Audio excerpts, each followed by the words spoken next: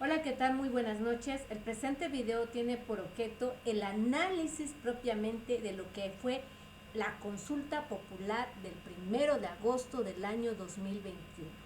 La primera consulta popular en México. Esta consulta popular que ha estado en boca de todos los mexicanos y unos a favor, unos en contra, unos diciendo que fue un éxito, otros diciendo lo contrario. Como ustedes sabrán, a mí me gusta estudiar mucho esta materia y les comentaba yo que la consulta popular, al igual que la revocación de mandato, son mecanismos de democracia participativa y directa. ¿Por qué? Porque los ciudadanos propiamente van a dar su opinión sin intermediarios, sin representaciones, sin nadie, como lo es en una democracia participativa en donde se elige a los cargos que nos representan y toman las decisiones. Esa es la diferencia de la democracia participativa con la democracia representativa. Bien, esta consulta popular, recordemos que fue dándose el año pasado. Al principio se estaba esperando que los ciudadanos completaran el 2% del listado nominal para poder realizar la solicitud de esa consulta popular. Ese porcentaje no se alcanzó y se tenía hasta el día 15 de septiembre del año 2020 para realizar esa situación. No se dio ese porcentaje y el Ejecutivo Federal, así como que por arte de magia, al último término, estaba presentada su solicitud para iniciar la consulta popular con un tema. Y el tema era el juicio a los expresidentes, totalmente nominativos a 5. Bien, la Suprema Corte, que debió haber sido en ese momento quien limitara y quien resguardara la legalidad de la Constitución política y jurídica de México, no lo hizo. ¿Qué hizo? Transformó la pregunta, le dio no sé cuántas vueltas y al final de cuentas, ahí está tu pregunta, conformada por quizás 5 enunciados, no lo sé. La cuestión es que ni siquiera los que son especialistas en derecho electoral sabían hasta dónde llegaban los alcances de esa supuesta pregunta totalmente ilegal. Al final de cuentas, ya estaba la pregunta, ahora el INE tendría que echarla a andar, es decir, ejecutar todo lo que son sus facultades para ponerla a disposición de la ciudadanía y ésta emitirá su voto o su opinión propiamente. Recordemos que fueron mesas receptoras y se emitió una opinión. Bueno, el INE dijo, bueno, necesito el presupuesto porque este año, recuerda Suprema Corte, que tuve proceso electoral ordinario en toda la República y aunque no fue una elección presidencial, sí se tuvieron muchos gastos porque se tuvo que gastar en insumos para poder tener las medidas de seguridad y que estuvieran a salvo nuestros electores y nuestros funcionarios de mesas directivas de casilla.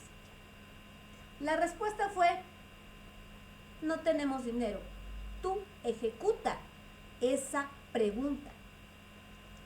De acuerdo a esto y a las facultades que tiene y obligaciones, el Instituto Nacional Electoral realizó lo respectivo. Al día de ayer se colocaron los centros de votación. Les llamaban las unidades territoriales de votación. Muy bien. Les comentaba, y ustedes han visto el avance del conteo rápido, y en este conteo rápido prácticamente van del 7 a casi el 8% de los ciudadanos inscritos en la lista nominal los que fueron a emitir su voto. estos ciudadanos emitieron un sí por encima del no. Pero la situación es que esta decisión no es vinculatoria para que sea de manera obligatoria su observancia.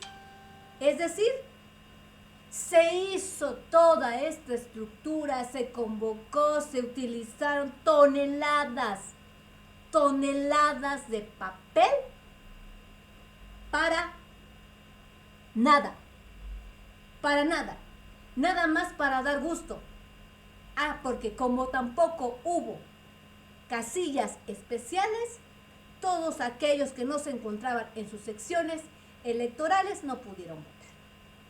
Y tampoco había presupuesto para poder, imagínense ustedes, que realmente se hubiesen puesto todas las casillas o todas las mesas receptoras que se esperaba que se colocaran.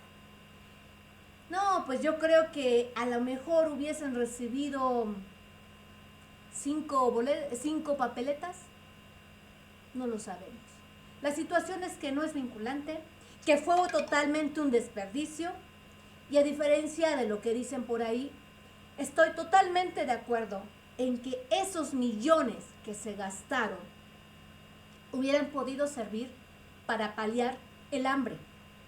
Las personas que no tenemos trabajo, para pagar el hospital de las personas que están entubadas, para pagar los gastos funerarios de las personas que están muriendo, para pagar medicamentos de las personas que necesitamos, por alguna razón, medicamentos constantemente.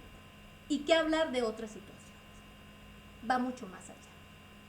Sin embargo, tampoco el INE hubiese ejercido ese dinero en estas situaciones, porque el INE no es caridad, es un instituto encargado de organizar y validar las elecciones en México. Entonces, sí quiero que quede bien claro que aunque se hubiese querido gastar esos recursos económicos en estas situaciones que les acabo de mencionar, legalmente no hubiera sido posible. Sin embargo, ese dinero hubiese quedado ahí como remanente, y para el siguiente año, los siguientes gastos que se dan o financiamiento público que se da a los partidos políticos se hubiese ejercido, porque se hubiese quedado ahí y al próximo año eso se hubiese ejercido, de no devolverse. En fin, se hizo el gasto, pero ahora déjenme comentarles otra situación. Ahora se está hablando de la revocación de mandato, sí, y ya lo están dando por hecho, pero no es un hecho. ¿Por qué?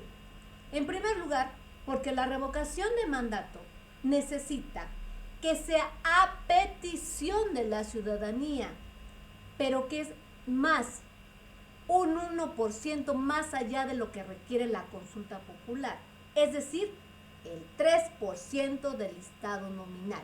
Y aquí, ojo, aquí no está facultado ni el presidente de la República, ni las cámaras, ni de diputados, ni de senadores para solicitarlas. Solamente los ciudadanos en un 3% del listado nominal, y siempre y cuando ese 3% sea en al menos 17 entidades federativas y además en cada una de ellas se dé ese 3%, entonces tendrá validez.